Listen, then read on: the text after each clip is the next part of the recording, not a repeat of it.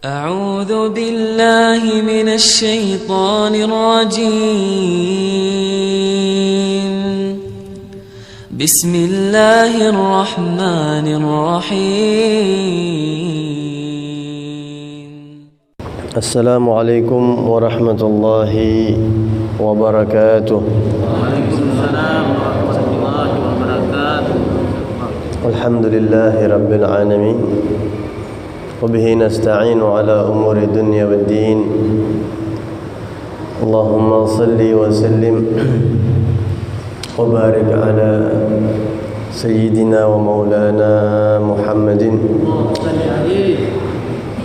الفاتح لما أغلق والخاتم لما سبق ناصر الحق بالحق والهادي إلى صراطك المستقيم وعلى آله وصحبه حق قدره ومقداره العظيم. أما بعد، وقال عز من قائل في محكم تنزيله وهو أصدق القائلين: إن عدة الشهور عند الله 12 شهرا في كتاب الله يوم خلق السماوات والأرض منها 4 حرم. صدق الله. وقال رسول الله صلى الله عليه وسلم: ما نهيتكم عنه فاجتنبوه وما أمرتكم به فأتوا منه ما استطعتم فإنما أهلك الذين من قبلكم كثرة مسائلهم واختلافهم على أنبيائهم. صدق الله العظيم وبلغ رسوله النبي الحبيب الكريم ونحن على ذلك من الشاهدين والشاكرين والحمد لله رب العالمين. Yang kita hormati Ketua DKM Masjid Nurul Huda yang telah menyampaikan sambutannya, Masya Allah, saya berkesan. Jazakallah khairah.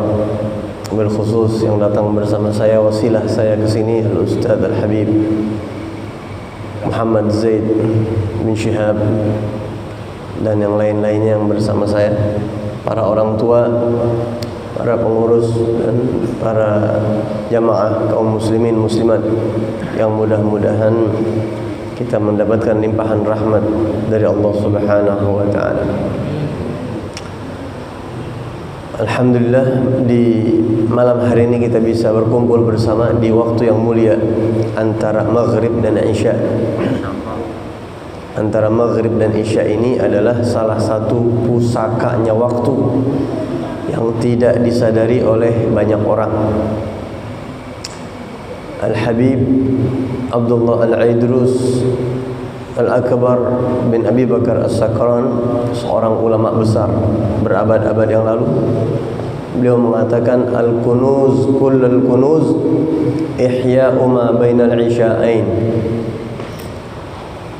Salah satu simpanan harta muslim yang paling mahal yang bisa dia manfaatkan untuk transaksi bersama Allah, yang banyak orang tidak perhatikan, adalah menghidupkan antara maghrib dan isya dengan ibadah. Jadi kita ini sekarang berada di waktu yang sangat mahal.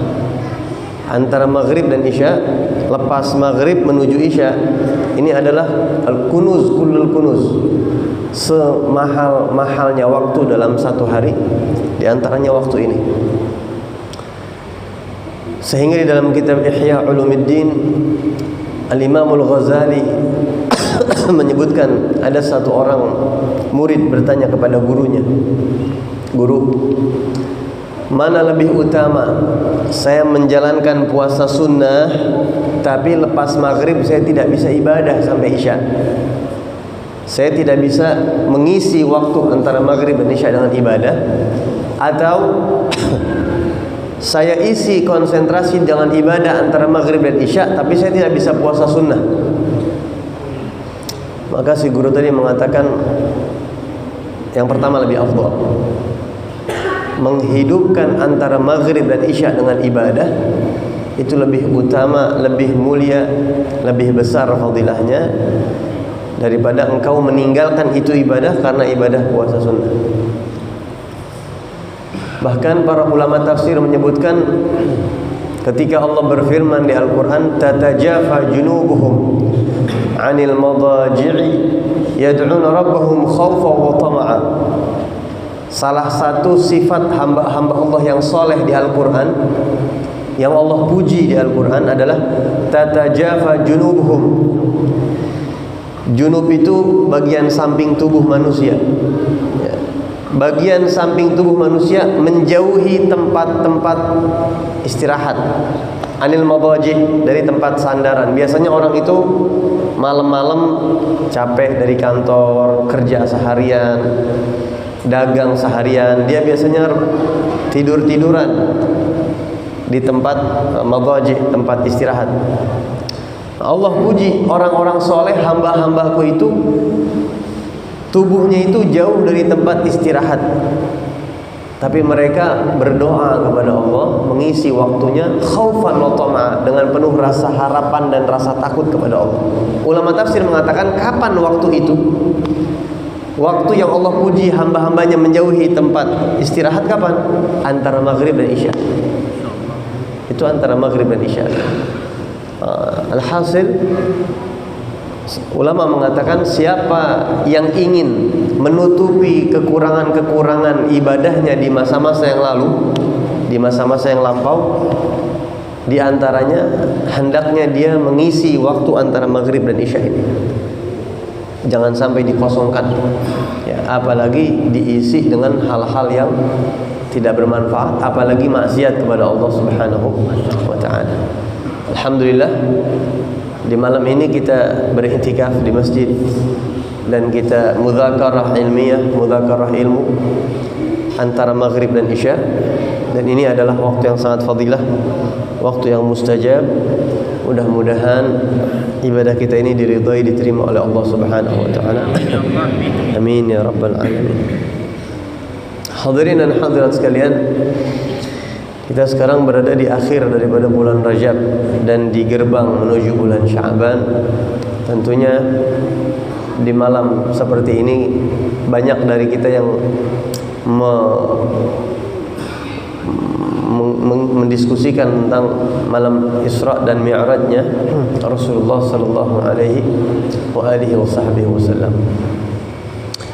Kita ingin bahas sedikit hal yang berhubungan dengan Isra dan Mi'raj sebagai wawasan untuk kita semua. Di antara hikmah Isra dan Mi'rajnya Rasulullah sallallahu alaihi wasallam adalah, pertama, kita meyakini bahwa Isra Mi'raj Rasulullah itu dengan roh dan jasadnya. Jadi Nabi Muhammad berjalan dari Masjidil Haram ke Masjidil Aqsa, kemudian dari Masjidil Aqsa tembus ke langit pertama, langit kedua, langit ketiga, keempat, bertemu dengan para malaikat, para nabi, bahkan masuk ke surga, melihat neraka, dan terus sampai ke Arsy Sidratul Muntaha, sampai Nabi mendengar suara gesekan pena takdir, kupingnya Rasul itu mendengar, sampai kemudian Nabi berjumpa dengan Allah. Itu terjadi di malam Isra dan Mi'raj. Ada beberapa hikmah yang ingin saya sampaikan. Pertama, bahwa Rasulullah Isra dan Mi'raj itu ruh dan jasadnya. Ini pendapat mayoritas ulama, bukan ruhnya saja, ya, tapi ruh dan jasadnya. Apa buktinya? Apa dasarnya bahwa Nabi Muhammad itu Isra dan Mi'raj ruh dan jasad? Pertama, firman Allah itu sangat jelas, Subhanalladzi asra. Banyak ayat-ayat Al-Quran yang diawali dengan Alhamdulillah, Alhamdulillahirabbil alamin. Suratul Fatihah, Surat Al-Kahfi, Alhamdulillahilladzi anzala ala 'abdihil kitaba wa lam yaj'al lahu 'iwaja. Dan beberapa surat-surat yang lain itu diawali Alhamdulillah. Tapi surat Al-Isra atau surat Bani Israil ini diawali dengan tasbih, Subhanalladzi asra bi'abdihi lailan. Kenapa tidak Alhamdulillahilladzi asra bi'abdihi lailan? Kan bisa saja begitu ya. Kata ulama, ini bukti bahwasanya Isra dan Mi'raj itu betul-betul ruh dan jasadnya. Kenapa? Karena orang Arab di saat itu bila melihat sesuatu yang menakjubkan, mereka akan mengatakan subhanallah. Tasbih yang keluar. Yang kedua, ini juga menjadi bukti bahwa Nabi Isra Mi'raj ruh dan jasadnya, karena orang-orang kafir musyrikin Quraisy di Mekah pada saat itu, mereka tidak percaya Nabi Muhammad Isra ke Masjidil Aqsa, seolah-olah mana mungkin Allah sanggup melakukan itu. Seolah-olah orang kafir Quraisy ini menyematkan sesuatu sifat yang tidak pantas pada Tuhan, yaitu Tuhan tidak sanggup, dan itu mencemarkan nama baik Tuhan. Maka Allah sucikan namanya dengan Subhanalladzi asra. Maha suci Allah. Allah bersih dari tuduhan-tuduhan kotor bahwa Allah tidak sanggup memperjalankan itu. Justru itu bukti. Jadi kata-kata subhana itu menjadi bukti bahwa Nabi Isra dan Mi'raj ruh dan jasadnya. Siapa yang mengatakan tidak sanggup, dia mencemarkan nama baik Tuhan. Allah sucikan dirinya dengan tasbih. Maha suci Allah dari kotoran-kotoran keyakinan itu. Nah, jadi kata-kata subhanalladzi asra menjadi bukti bahwa Nabi Muhammad ruh dan jasadnya diisrakan di malam tersebut. Kemudian bukti lain bahwa Nabi Muhammad diisra mi'rajkan ruh dan jasadnya adalah murtadnya sebagian orang dan hebohnya informasi Isra dan Mi'raj. Ya. Jadi ketika Nabi turun Isra dan Mi'raj, ada sebagian orang yang sudah ikut Nabi, dia murtad karena dia tidak percaya. Bahkan Abu Jahal ini membesar-besarkan, mana mungkin Abdul Muttalib bin Adi, wah ini kabar bohong. Kenapa? Ini bukti bahwa Isra dan Mi'raj itu ruh dan jasadnya. Karena kalau ruhnya saja tidak mungkin heboh kabarnya. Tidak perlu ada orang murtad. Misal saya bicara sama bapak-bapak sekalian, bapak-bapak, tadi saya sholat asar, hari Senin, saya sholat duhur di Masjidil Haram Mekah, kemudian saya sholat asar tadi di Masjidil Haram Madinah, subuhnya tadi saya di Masjidil Aqsa, maghribnya di Nurul Huda Pontianak. Kira-kira akan heboh gak tuh? Pengakuan saya itu heboh gak kira-kira? Bisa masuk koran, masuk TV. Tapi kalau saya katakan, ada yang bertanya, Habib itu sungguhan? Mimpi, enggak sungguhan. Cuma mimpi saya sholat subuh di Masjid Aqsa, zuhur di Masjidil Haram, asar di Masjid Nabawi. Mimpi saya sholat maghribnya di sini Nurul Huda. Heboh nggak? Nggak akan heboh orang mimpi. Oh, mimpi, wajar. Nggak perlu heboh. Nggak perlu ada yang tidak percaya. Pasti percaya aja. Tapi kalau saya katakan saya nggak mimpi, betul-betul saya sholat di Masjid Aqsa dari subuh. Tadi subuh saya nggak ada di hotel, saya ke Masjid Aqsa. Tadi zuhur setelah saya dari rumahnya Habib Fuad misalnya, saya betul-betul ke Masjidil Haram. Akan heboh, akan gempar, masuk koran, masuk internet, viral, ngaco segala macam. Karena saya mengaku saya dan ruh dan jasad saya ke sana heboh. Hebohnya informasi itu menjadi bukti bahwa Isra Mi'rajnya Nabi Muhammad ruh dan jasadnya.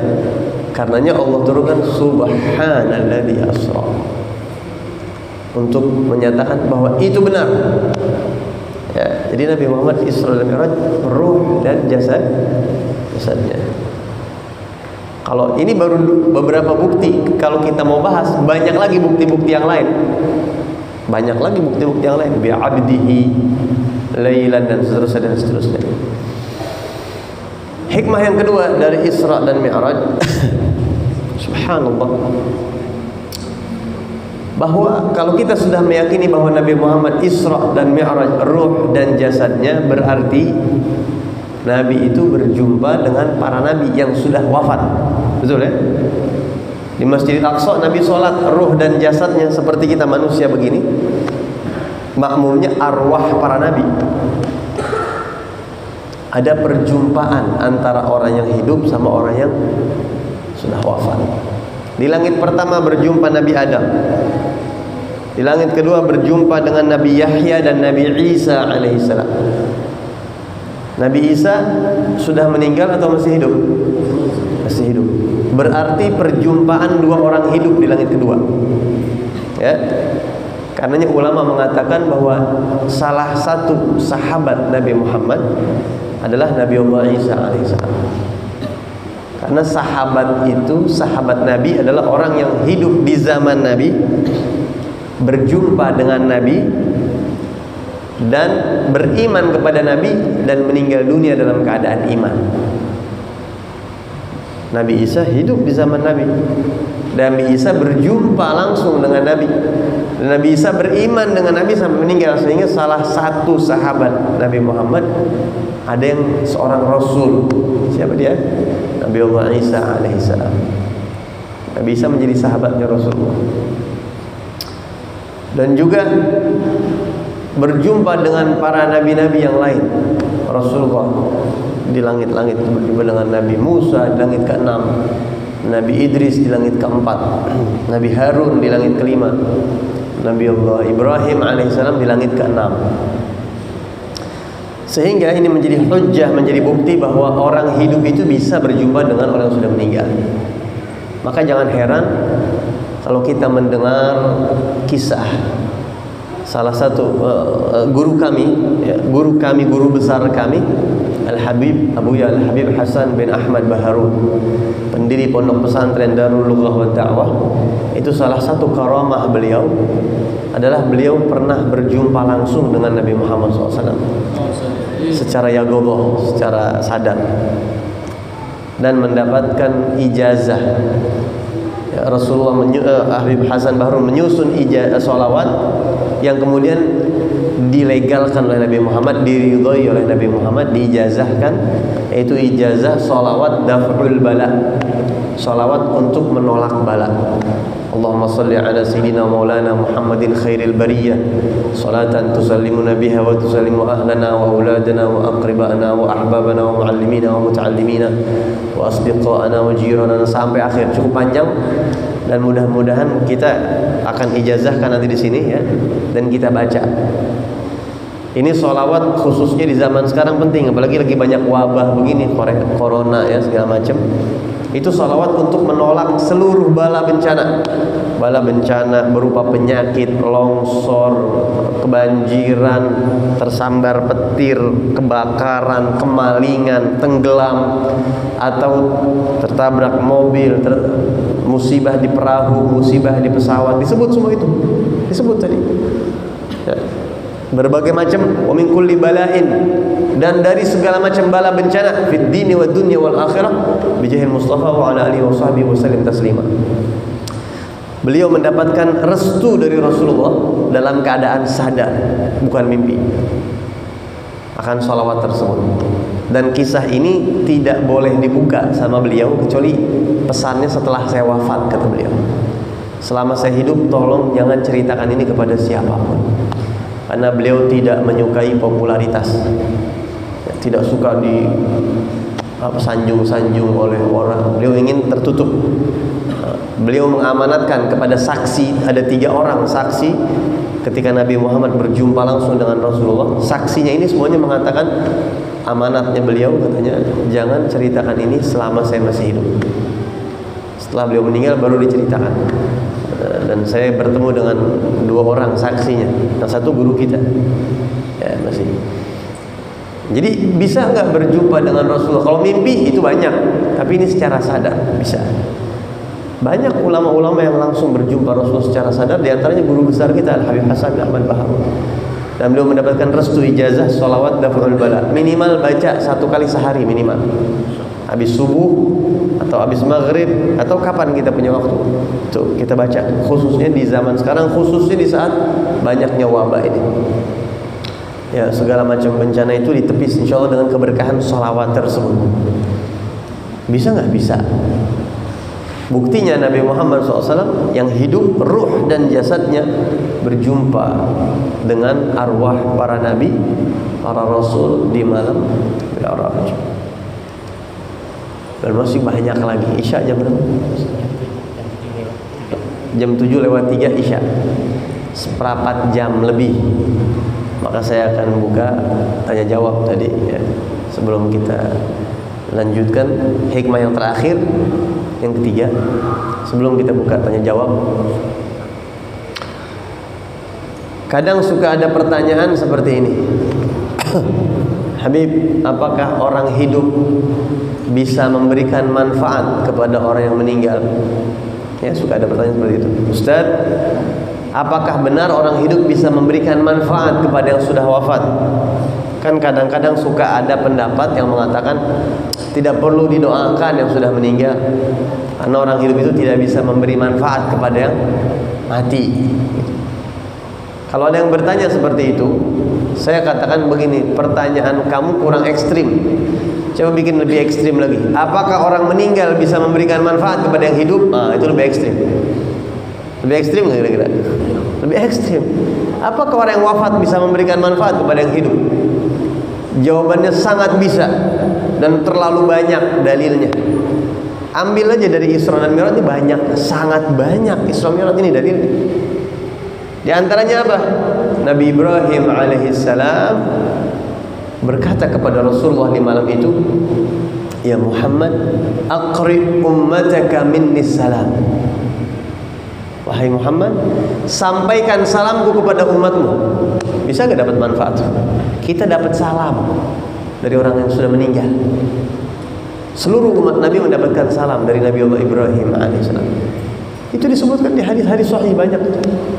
Kemudian Nabi Ibrahim mengatakan, wa akhbirhum, kata Nabi Ibrahim, sampaikan kepada umatmu, annal jannata thayyibatut turbah. Kasih tahu sama mereka, surga itu tanahnya bagus. Kasih tahu sama mereka, surga itu tanahnya bagus, subur. Sayang kalau tidak dimanfaatkan dari sekarang. Rasulullah bertanya, qala wa ma ghirasuha. Terus kalau subur, cara mengisi, menanamnya bagaimana? Wahai Nabi Allah Ibrahim, kata Nabi Ibrahim, cara menanam, menghias, mendesain surga, desainnya Allah, kita tinggal tanam-tanam aja. Modalnya itu gampang, cara nanam. Apa itu? Baca subhanallah walhamdulillah wala ilaha illallah wallahu akbar. Ada riwayat lain tambahan wala haula wala quwata illa billahil azim. Siapa orang yang baca subhanallah alhamdulillah wala ilaha illallah akbar, ditanamkan satu tanaman di surga. Subhanallah alhamdulillah, tanam satu tanam. Sehingga ketika kita masuk surga, orang yang rajin bertasbih, surganya itu kan indah, penuh tanaman-tanaman dari zikir-zikir yang dia baca. Gitu. Kalau kita lihat di Indonesia ini, di dunia ini ada landscape ya, ada seni tanaman, rumah yang ada tamannya kan indah, indah. Apalagi surga nanti. Kalau kita mau bikin taman surga itu, subhanallah alhamdulillah wala ilaha illallah wallahu akbar. Itu salam dari yang wafat untuk yang hidup, dan ilmu dari yang wafat untuk yang hidup. Kita mendapatkan manfaat dari mereka. Juga Nabi Allah Musa alaihissalam, ketika Nabi Muhammad berjumpa dengan Nabi Musa setelah Nabi Muhammad mendapatkan kewajiban sholat 5 waktu, Nabi Musa bertanya, apa yang Allah wajibkan kepada engkau dan umatmu? Sholat sehari semalam 50 waktu, kata Rasul. Kata Nabi Musa, irji' ila rabbik, kembali kepada Allah, was'alhu takhfif, minta keringanan. Fa inni balautu bani Israil, umat kamu tidak akan sanggup melaksanakan 50 waktu. Saya sudah tes Bani Israil. Minta keringanan kepada Allah. Maka Nabi Muhammad 9 kali minta keringanan kepada Allah. Jadi 5 waktu. Berkah siapa tuh? Berkah orang yang sudah wafat. Kita mendapatkan keringanan hukum itu. Orang yang wafat memberikan manfaat kepada kita yang hidup. Nabi Allah Musa memberikan manfaat kepada seluruh umat Nabi Muhammad. Jadi kalau kita ziarah ke makam para wali, bisakah mereka memberikan manfaat kepada kita? Bisa. Sangat bisa. Allah kabulkan hajat kita sebab mereka. Dan lain-lain, bentuk kemanfaatan itu terlalu banyak kalau dirinci. Ya. Dan perjalanan Isra Mi'raj cukup menjadi bukti akan hal tersebut. Mungkin 3 itu saja dari triliunan hikmah Isra dan Mi'raj ya. Triliunan hikmah Isra dan Mi'raj. Mudah-mudahan menambah keimanan kita kepada Allah dan Rasulnya. Selebihnya kita buka tanya jawab. Persilahkan. Wallahu a'lam. Baik para jemaah sekalian yang mau bertanya, silakan. Lalu untuk pembukaan pertanyaan mungkin saya nih. Pertanyaan saya seperti ini. Dari melihat situasi dan kondisi sekarang ini, kita mau minta pendapat bagaimana cara pengurus masjid menyikapi untuk menyelamatkan para jemaah. Dan sekarang banyak menyatakan suruh istirahat di rumah, ibadah di rumah. Nah, lalu kalau tidak boleh berkumpul, terutama untuk keramaian. Jadi bagaimana kita pengurus masjid itu menyikapi dan bagaimana caranya kita memakmurkan masjid tapi tidak menyinggung hati para jemaah. Begitu. Lalu yang kedua, apakah boleh melihat situasi dan kondisi sekarang ini perayaan Isra dan Mi'raj ini kita tunda sementara karena di masjid ini mungkin kita kemarin dalam kesepakatan malam minggu sudah tunda karena melihat kondisi situasi. Jadi mohon pendapatnya. Jadi kita pengurus tidak dipersalahkan oleh yang di sini. Terima kasih. Ulama-ulama kita di Indonesia pun sudah banyak memberikan sikap sebenarnya. Kita hanya ikut saja. Saya bukan orang yang layak untuk dimintai pendapat karena saya bukan orang di kapasitas beliau-beliau. Saya pun hanya ikut. Jadi saya sarankan kepada kita semua, dan ini pun saya mungkin perjalanan dakwah terakhir ini karena sudah setelah ini acara-acara saya banyak yang saya batalkan.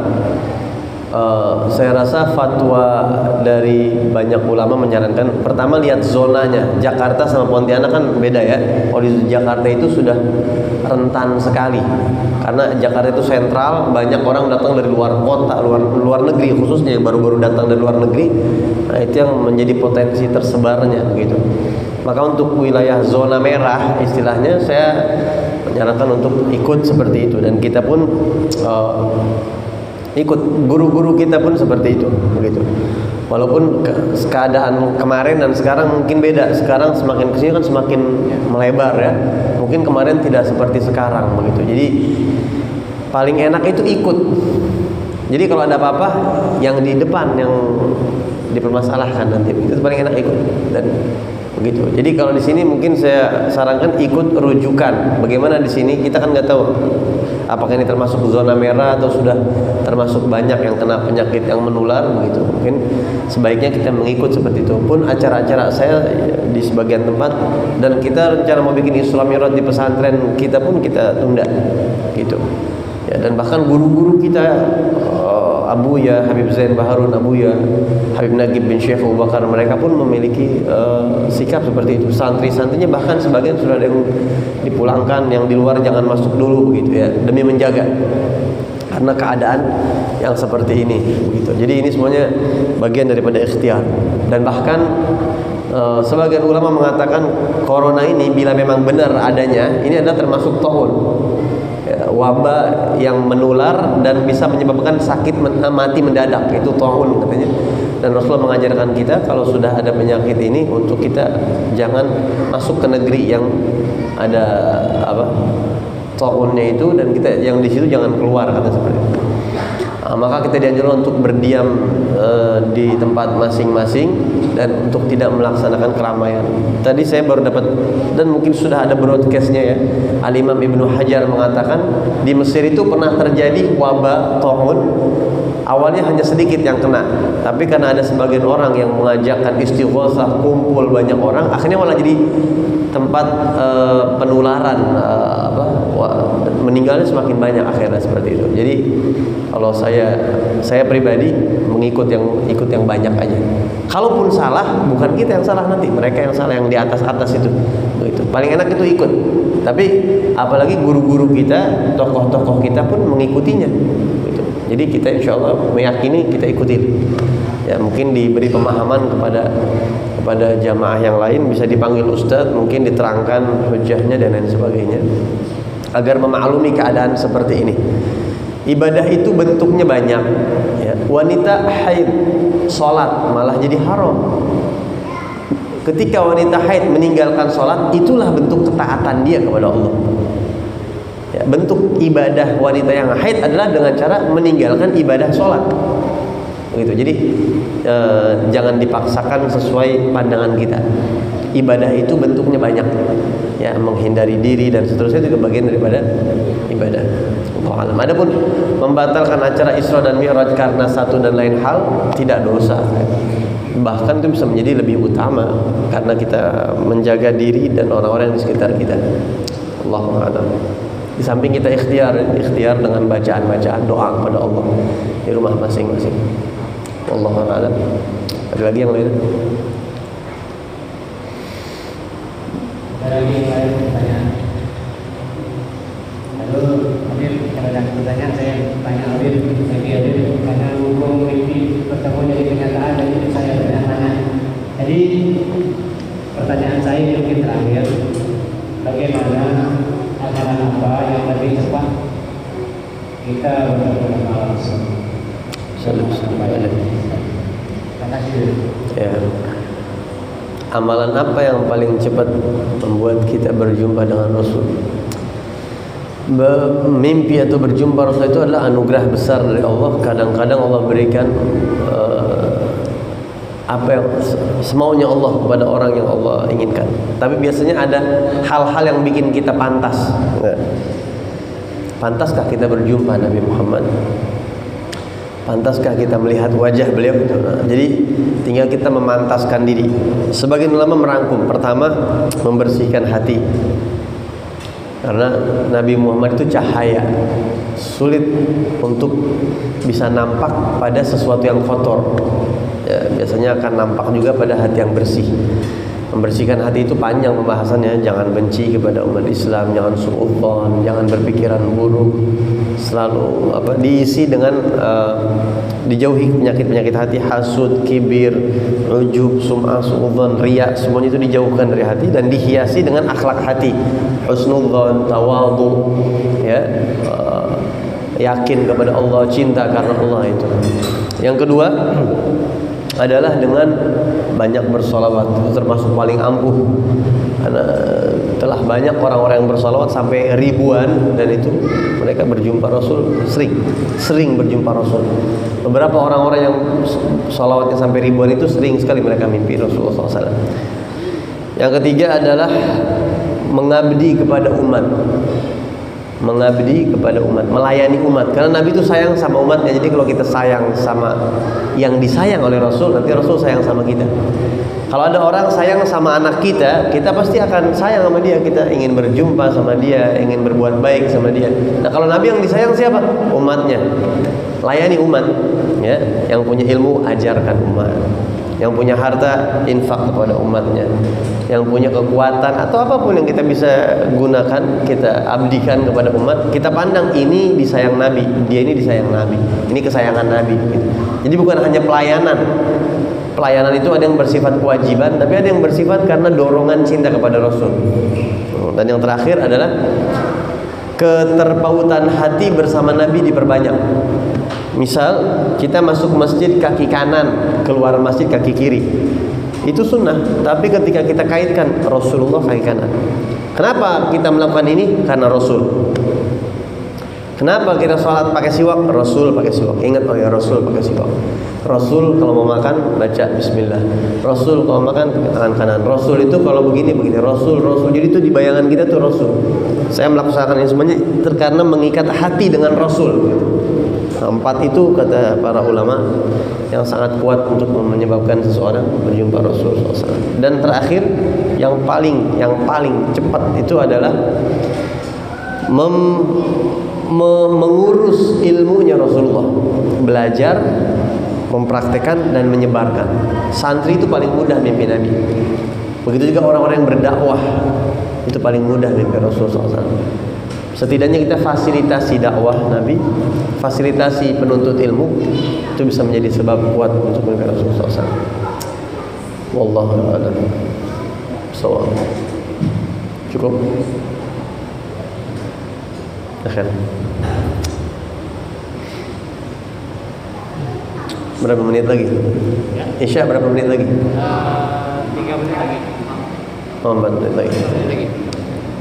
Dibuka lagi atau tutup? Terserah antum, terserah. Ana ikut aja. Oke, satu kali pertanyaan kali. Ada yang mau bertanya? Enggak. Satu kali bertanya. Salawat kalau bisa minta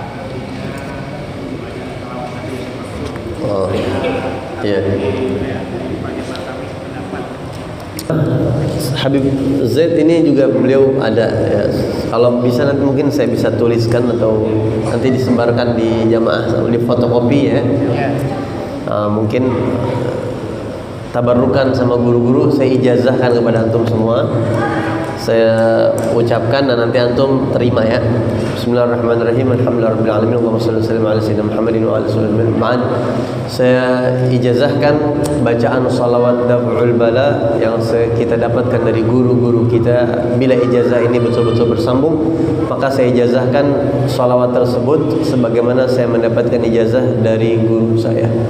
Antum bilang saya terima ijazahnya. Allah yarzuqna amal bil hadratin sallallahu al-Fatihah. Bismillahirrahmanirrahim. Alhamdulillah.